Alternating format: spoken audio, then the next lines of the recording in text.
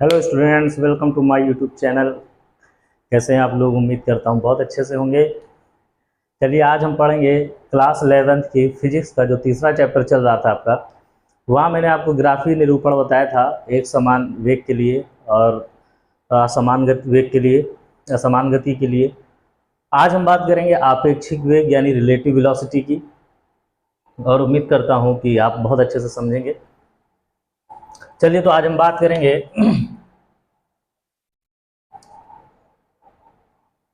आपेक्षिक वेग।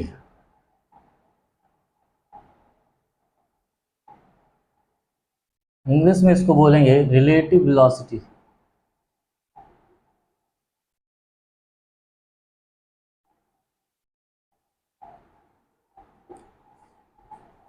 देखिए, आपेक्षिक वेग क्या होता है। इससे पहले मैं आपको, जब चैप्टर स्टार्ट हुआ था, तो अब मैंने आपको गति के बारे में बताया था, वेग के बारे में बताया था।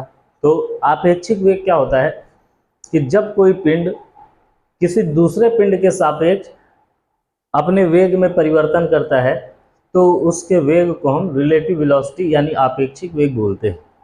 जैसे कोई दो पिंड है, ये पिंड और ये पिंड, इनके अगर आपेक्षिक वेग पता करना हो, इसके सापेक्ष जब ये गति करेगा तभी हम किसी पिंड के आपेक्षिक वेग को बता सकते हैं, अन्यथा हम उसके आपेक्षिक वेग को नहीं बता सकते।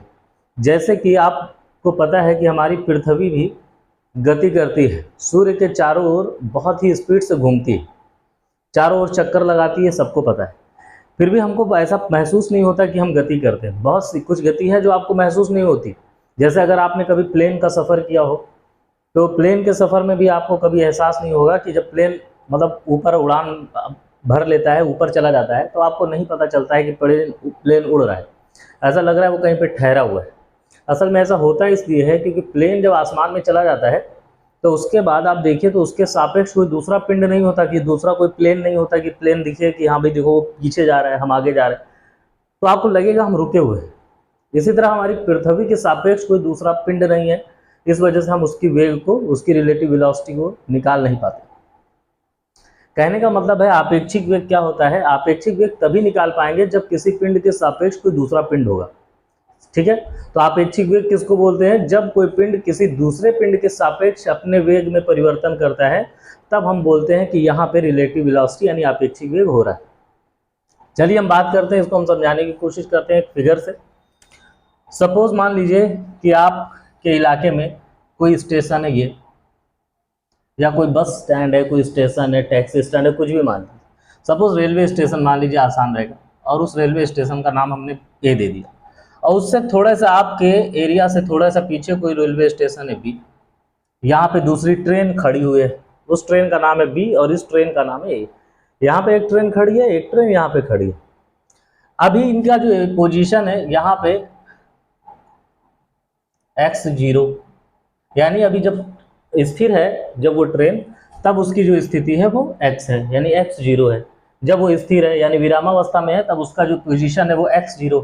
इसी तरह सेम यहाँ पे की बात करें तो यहाँ पे भी इसकी जो स्थिति है, सपोज इसको मैं x10 कह दे रहा हूँ, x10, और इसकी जो है वो x20। अब ये पिंड थोड़े समय बाद गति स्टार्ट हो गई, ट्रेन ने चलना प्रारंभ किया, और t समय तक चलने के पश्चात वो ट्रेन यहाँ पे पहुंची, और जिस वेग से वो चली उस वेग का नाम हुआ va, यानी ए पिंड का वेग, ए ट्रेन का वेग। अब जब t समय तक चली और t समय चलने के बाद जब यहाँ पहुंची, तो सपोज यहाँ पे उसकी स्थिति हो गई xt या x1t, x10 तो x1t, यानी t समय पश्चात, यानी t समय चलने के बाद उस ट्रेन की पोजीशन x1t है। t समय चलने के पश्चात उसकी पोजीशन, यहाँ स्थिर अवस्था में उसकी पोजीशन जब वो विरामावस्था में थी। सेम काम यहाँ, ये भी t समय चलने के पश्चात यहाँ पे पहुंची और यहाँ पे इसका पोजीशन x2t हो गया। क्लियर है बात? इसमें कोई डाउट नहीं होना चाहिए किसी। दो ट्रेन है, एक यहाँ है, एक जस्ट उसके पीछे है दूसरे स्टेशन पे। उस वक्त इसका पोजीशन, इस ए ट्रेन का पोजीशन x10 है, इस ट्रेन का पोजीशन डी ट्रेन का x20 है। इसके बाद इन्होंने t समय तक दोनों ने ट्रैवल किया। t समय तक ट्रैवल करने के बाद जिस पोजीशन पे वो पहुंचे उसका नाम हो जाएगा x1t, मतलब t समय पश्चात पोजीशन। सेम काम यहाँ x2t हो जाएगा, क्योंकि यहाँ पे 2 की बात हो रही, वहाँ 1 की बात हो रही। क्लियर है यहाँ तक? चलिए, ये जिस वेग से गति करेगा उसका नाम v भी हो जाएगा। अब हमको इन दोनों ट्रेनों का आपेक्षिक वेग निकालना है। तो आपेक्षिक वेग कैसे निकालेंगे? तो आपेक्षिक वेग निकालने के लिए पहले दोनों ट्रेनों का अलग अलग वेग निकालना पड़ेगा। तो चलिए पहले अलग अलग, हम पहले वी ए ट्रेन का ए के लिए, मैं यहाँ के लिए ए के लिए वेग, तो इसको मैं वी ए लिख देता हूँ। तो वेग बराबर क्या होता है? वेग बराबर होता है विस्थापन बटे समय, आप जानते हैं। तो वेग बराबर विस्थापन बटे समय। विस्थापन क्या होता है? Last position minus initial position upon में टी, अंतिम स्थिति माइनस प्रारंभिक स्थिति और बटे में समय, इसी को बोलते हैं विस्थापन। तो बटे में समय अगर करेंगे तो वेग हो जाएगा, और अंतिम स्थिति माइनस प्रारंभिक स्थिति, ये है विस्थापन। तो अंतिम स्थिति क्या है इसकी? x1t माइनस प्रारंभिक स्थिति क्या है इसकी? x10, और अपॉन में हो गया t समय तक गति किए चले तो हो गया t, ये हो गया वेग v है। क्लियर है बात? v भी निकाल लेते हैं। v भी जब निकालेंगे तो v भी इज इक्वल टू, सेम काम यहाँ पे लिख ले, b के लिए वेग। तो b के लिए जब वेग निकालेंगे तो v भी हो जाएगा, v भी is equal to last position यानी x2t माइनस प्रारंभिक पोजीशन यानी x10 और अपॉन में t। ये हो गया दोनों का अलग अलग वेग। अब हम आपेक्षिक वेग निकालते हैं। चलिए, आपेक्षिक वेग,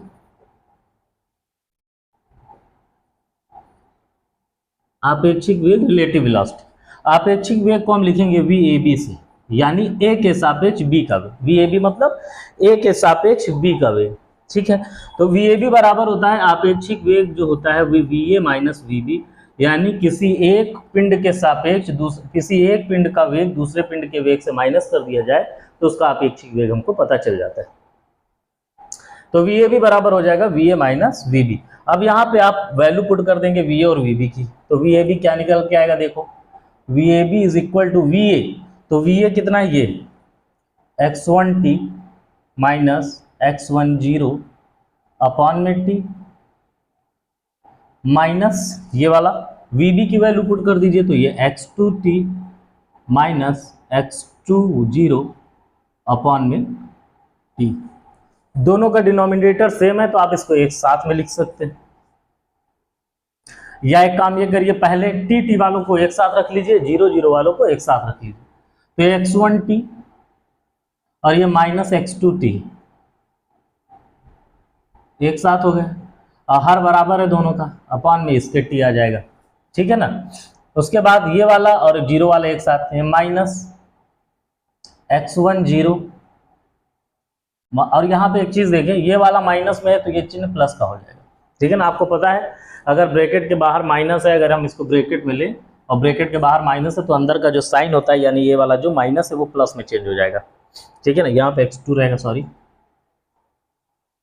तो ये प्लस हो गया। लेकिन जब हम फिर से अलग अलग कर रहे हैं x10 एक साथ, इसके बाहर माइनस है तो ये फिर से ये साइन बदल के माइनस हो जाएगा और ये x20 हो जाएगा और अपॉन में हो जाएगा t। यहाँ पे देखिए, किसी को डाउट होगा तो बता देगा क्या किया है। देखें, t वालों को साथ में लिया है, यानी t समय पश्चात जो पोजीशन है उनको एक साथ, और इस विरामावस्था में जो पोजीशन थी उनको एक साथ ले लिया गया दोनों ट्रेनों का। तो x1t और माइनस x2t एक साथ हो गया, और इस माइनस की वजह से ये प्लस हो गया है। तो अब जब हम इसको 0 वालों के लोगे तो माइनस x10, अब ये माइनस ले लिया बाहर तो अंदर का ये साइन फिर से चेंज होकर माइनस हो जाएगा।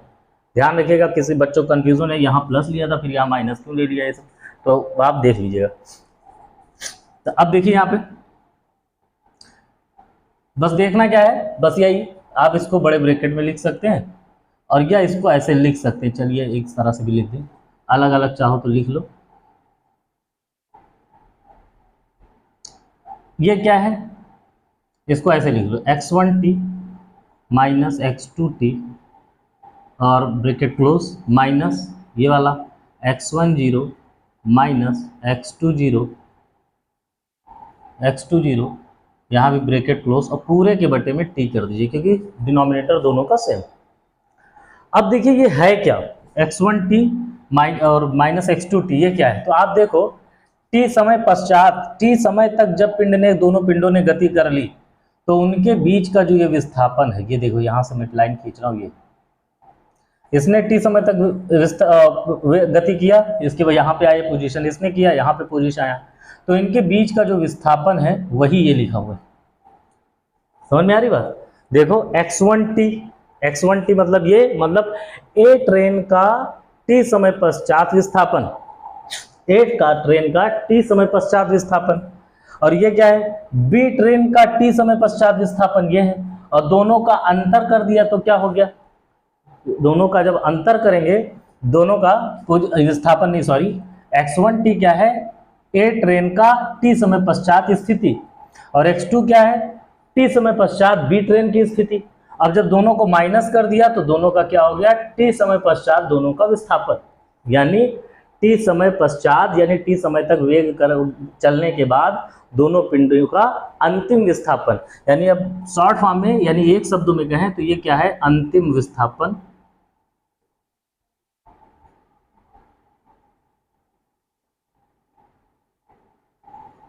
माइनस ये क्या है, आप देखो जब स्थिर थे तो ये यहाँ पे खड़ी थी, ये यहाँ पे खड़ी थी, दोनों को माइनस किया मतलब इनका विस्थापन, जब दोनों पिंड स्थिर थी तब उनके बीच का जो विस्थापन है वो ये है, क्या, ये x1 0 यानी इसकी स्थिति, x2 0 यानी इसकी स्थिति, दोनों का माइनस किया मतलब विस्थापन, विस्थापन मतलब क्या, अंतिम माइनस प्रारंभिक, यही होता है, दोनों को माइनस किया यानी ये क्या है, प्रारंभिक विस्थापन, यानी जब ये रुके हुए थे, ठहरे हुए थे, प्रारंभिक विस्थापन, और पूरे के बटे में समय, ये हो गया आपका आपेक्षिक वेग। बात समझे? कहीं पे कोई डाउट होगा तो उसको आप कमेंट में लिख देते हैं। VAB या कोई कमी आपको किस वीडियो में लग रही हो, किसी प्रकार की कोई अगर आप सजेशन करना चाहें वो कर सकते हैं, क्योंकि अभी मैं भी इस चैनल पे नया हूं तो कोई प्रॉब्लम हो सकती है, ठीक है। तो ये VAB हो गया आपेक्षिक वेग। देख लीजिए, इसमें कोई डाउट हो, किसी को कोई प्रॉब्लम हो वो कमेंट कर सकता है।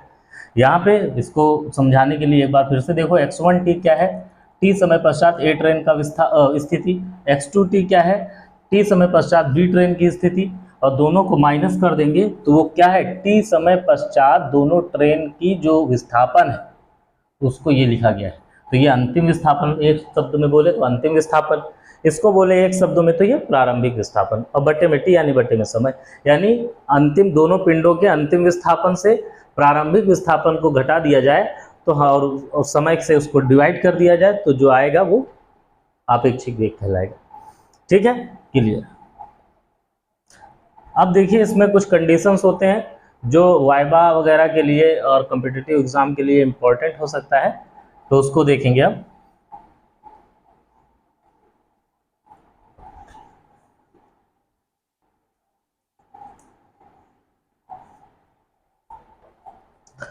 आपने अभी पढ़ा, क्या पढ़े, कि जो आपेक्षिक वेग होता है VAB वो इज इक्वल टू होता है VA माइनस VB।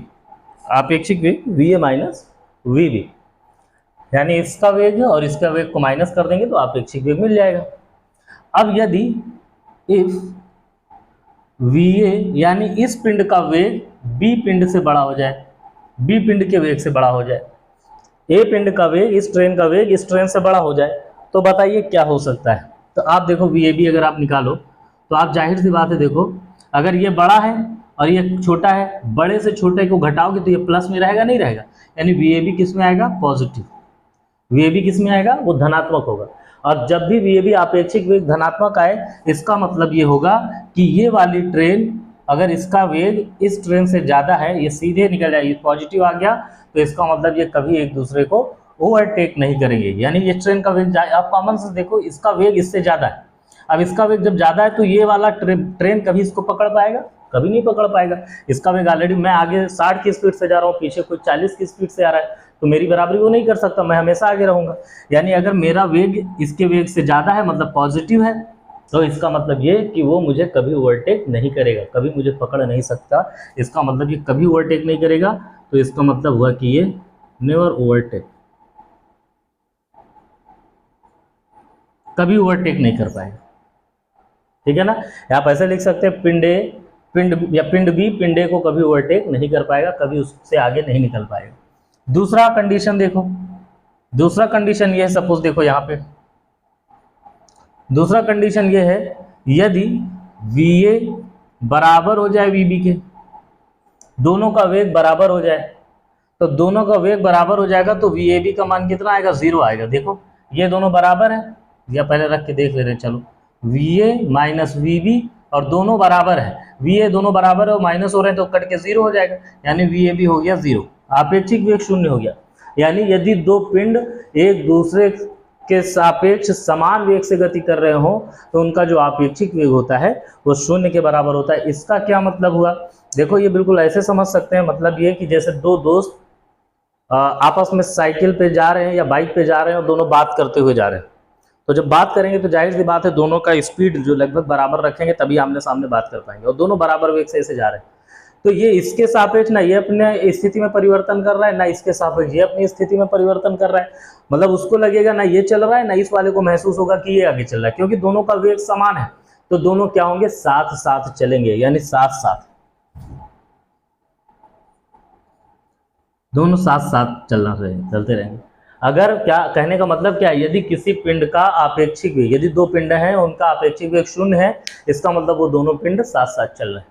क्लियर है बात, दोनों साथ साथ। देखो मेरे हाथ साथ ऐसे चला आगे लेके जाएं या इसकी स्पीड बढ़ा दें, ये कम रहेगा तब तो आगे, लेकिन अगर दोनों का समान वेग से गति कराएं तो दोनों साथ साथ चलेंगे, इसका मतलब इनका जो आपेक्षिक वेग 0 है, ना ये इसके सापेक्ष स्थिति बदल रहा है ना ये इसके सापेक्ष स्थिति बदल रहा है। क्लियर है ना बात। चलिए तीसरी स्थिति की बात करें, तो जो तीसरी स्थिति है कि अगर ये कहा जाए कि जो VA है वो VB से छोटा हो जाए, इसका मान इससे छोटा हो जाए, तो VAB का मान कितना आएगा। देखो अगर VA का मान कम हो जाए तो ध्यान से यहाँ पे देखो सूत्र, VAB बराबर VA माइनस VB, और इसका मान बड़ा है, इसका मान बड़ा है यानी ऋणात्मक वाला बड़ा है, यानी जो पीछे था वो बड़ा है, तो क्या होगा, माइनस में इसका आंसर आएगा यानी निगेटिव आएगा। VAB कितना आएगा, VAB निगेटिव आएगा। तो अब जरा यहाँ से देखो निगेटिव आया, इसका क्या मतलब कि अगर इसका वेग इसके वेग से अधिक हो जाए तो ये जब इसका वेग ज्यादा हो गया तो कभी ना कभी इसके बराबरी आके उसको उसके आगे निकल जाएगा, यानी एक बार उसको ओवरटेक करेगा, ठीक है ना। तो इसका मतलब हुआ वंस ओवरटेकिंग, वंस ओवरटेकिंग, एक बार उसको ओवरटेक करेगा, मतलब ओवरटेक करने का मतलब उसके आगे निकल जाएगा, उसको पीछे छोड़ते हुए उसके आगे निकल जाएगा। ये तीसरी कंडीशन है। चौथी कंडीशन देखो, चौथी कंडीशन क्या है, ये हो जाए कि यदि बराबर हो गया, बड़ा हो गया, छोटा हो गया, अब ये सपोज कि VA का मान 0 हो जाए, ठीक है ना, एक पिंड स्थिर अवस्था में रहे, इसका मान 0 हो जाए, ये वेग इसका जो है वेग रहे, ये चलता रहे और इसका जो पोजीशन है वो स्थिर रहे और ये गतिशील हो जाए, तब क्या होगा देखो, तब ये अगर ये 0 हो जाएगा तब VAB का मान भी माइनस VAB का मान माइनस VB हो जाएगा। देखो यहाँ पे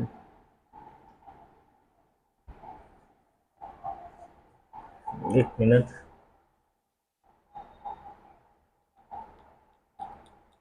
ठीक है, VAB इज इक्वल टू क्या हो गया, देखो इसका मान 0 कर दिए माइनस ये VB, तो 0 से कोई मतलब नहीं, यानी जो आपेक्षिक वेग है वो माइनस VB हो गया। इसका क्या मतलब हुआ, इसका क्या मतलब हुआ कि यदि एक पिंड स्थिर है, ये बिल्कुल वैसे समझिए कि मान लीजिए आप किसी ट्रेन पे खड़े हैं और बगल में आके दूसरी ट्रेन भी खड़ी हो गई, दोनों खड़ी हो गई, कुछ देर बाद एक ट्रेन चलना स्टार्ट कर दी, मान लीजिए बगल वाली चलने लगी, आपकी ट्रेन नहीं चल रही, बगल वाली चलने लगी, तो क्या आपका आपेक्षिक वेग 0 हो जाएगा।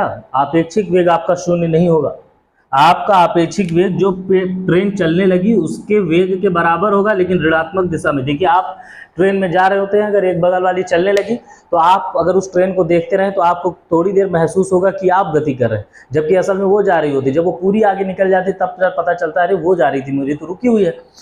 वो ऐसा क्योंकि आपको गति महसूस होने लगती है कि आप पीछे की ओर जा रहे हैं, यानी आपका आपेक्षिक वेग 0 नहीं हुआ, आपका आपेक्षिक वेग उस पिंड के वेग के बराबर है जो जा रही है, लेकिन विपरीत दिशा में। समझ रहे, देखिए यहाँ पे विपरीत दिशा में, माइनस वी बी आया, यानी आपेक्षिक वेग जो पिंड चले, मैंने बताया इसका वेग शून्य नहीं है, इसका वेग शून्य, वी ये शून्य, ये स्थिर है, ये चलने लगी, लेकिन इसमें बैठे वाले व्यक्ति को लगेगा कि मेरी ट्रेन चलने लगी, ये वाली उसको रुकी हुई लगेगी, लगेगा मैं चल रहा हूँ, वो इसलिए क्योंकि ये आगे की ओर जाएगा तो ये पीछे की ओर ऐसे उसको महसूस होगा कि जा रहा है, तो उसका वेग, आपेक्षिक जो वेग होगा वो शून्य के बराबर नहीं होगा। कुछ लोगों को लगता है वो स्थिर है, आपेक्षिक वेग शून्य, नहीं, आपेक्षिक वेग शून्य नहीं होगा, जो ट्रेन चल रही है उस ट्रेन के वेग के बराबर होगा, किंतु विपरीत दिशा में। ठीक है ना, आपको इसीलिए महसूस होता है कि हम चल रहे हैं क्योंकि आप विपरीत दिशा में पीछे जा रहे होते। ठीक है, तो आपेक्षिक वेग शून्य नहीं होगा, ध्यान रखें। इसमें कंफ्यूजन होती है बच्चों को, देखिएगा, कोई बात होगी तो कमेंट करिएगा। लास्ट पॉइंट 5वां, कि यदि जो VB है वो माइनस VB हो,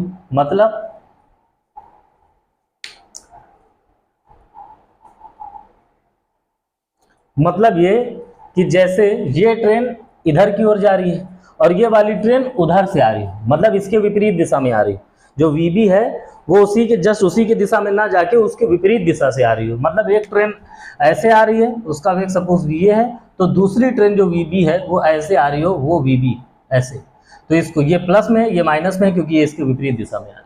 बात समझ रहे? तो अगर VB माइनस VB हो, मतलब जो B ट्रेन है वो उसी की दिशा में नहीं बल्कि उसके विपरीत दिशा से आ रही हो, तो क्या होगा, तो ये देखो क्या होगा, VAB is equal to VA minus VB। अब देखो VA माइनस और VB का मान फिर माइनस VB, और दोनों क्या हो जाएंगे, VA minus minus plus VB, और VA VB, तो दोनों क्या हो गए, दोनों का वेग जुड़ गया, VA यानी VAB का मान जो है वो दोनों पिंडों के वेग के बराबर हो, यानी जो आपेक्षिक वेग है वो दोनों पिंडों के वेग के बराबर होगा। तो यहाँ पे कहने का मतलब ये है कि यदि एक ट्रेन सपोज इधर से 40 की स्पीड से आ रही है और दूसरी ट्रेन इधर से भी, या ट्रेन की बात बाइक कर रहे हैं, बाइक 40 की स्पीड से आ रही है, इधर वाली भी 40 की स्पीड से आ रही है, तो दोनों में अगर टकराव हो गया तो इनका जो आपेक्षिक वेग होगा वो कितना हो जाएगा, 80, क्योंकि दोनों जुड़ जाएंगे, 80 की स्पीड हो जाएगी, और उस वक्त अगर दोनों में एक्सीडेंट हो गया तो जो चोट लगती है वो 80 वाली चोट आपको लगेगी, 40 वाली नहीं लगेगी। कई बच्चों को ये होता है कि यार हम तो बहुत धीरे चला रहे थे गाड़ी, वो सामने वाला लाके ठोक दिया, तो पता नहीं कैसे इतनी चोट लग गई, हम तो बहुत स्लो चला रहे थे। आप स्लो चला रहे थे भैया, वो स्लो नहीं चला रहा था। इसका मतलब अगर वो आप 20 भी चला रहे थे और वो 40 चला रहा था तो 20 की स्पीड की आपको चोट नहीं लगेगी, उसकी स्पीड आपकी स्पीड में जुड़ जाएगी और 60 की स्पीड वाली आपको चोट लगेगी। तो ध्यान रहे, जब विपरीत दिशा से कोई ट्रेन या बाइक या कोई चीज़ बहुत तेज़ी से आ रही हो तो आप आराम से उसको पार करिए, आराम से उसको निकल जाने दीजिए, आप भी स्पीड में बढ़ाइए, क्योंकि अगर वो 60 है और आप 80 कर दिए तो 60 और 80 140 वाली चोट लगेगी, हो सकता है निपट भी जाओ उसमें। तो ध्यान रहे कि ये हो जाता है, ऐसा इसलिए होता है आपेक्षिक वेग के कारण, उधर से 40 इधर से 40 जुड़ के 80 हो जाएंगे, ना कि आपको 40 वाली चोट लगेगी, 80 वाली चोट लगेगी। क्लियर है बात? तो इसको देख लीजिए, इंपॉर्टेंट बात है इसमें 5 ये तक, तो ये और ये तो आसान है, यहाँ से ये दोनों कंडीशन थोड़ा सा टिपिकल होता है, तो इसको देख लीजिए, पे कहीं पे कोई प्रॉब्लम हो तो उसको कमेंट कर दीजिएगा। और आज के लिए इतना ही, और मैं आपसे फिर से एक बार कहना चाहूँगा कि आप लोग जिन लोगों ने चैनल को सब्सक्राइब नहीं किया है, प्लीज़ वो चैनल को सब्सक्राइब करें, लाइक करें, शेयर करें, कमेंट करें, और जो मेरे स्टूडेंट्स देख रहे हैं वो ज़रूर शेयर करें अपने ऐसे स्टूडेंट्स को जो वाकई कोचिंग वगैरह नहीं कर पा रहे हैं या उनके पास पैसे की दिक्कत है, उनको शेयर करें, फ्री ऑफ कॉस्ट है, कोई इसका पैसा नहीं है, फ्री में पढ़ें, और कोई दिक्कत हो वो कमेंट कर दें और उसका हम सलूशन आपको ज़रूर बताएंगे। लेकिन प्लीज़ सपोर्ट करें, शेयर जरूर करें चैनल को। ठीक है, थैंक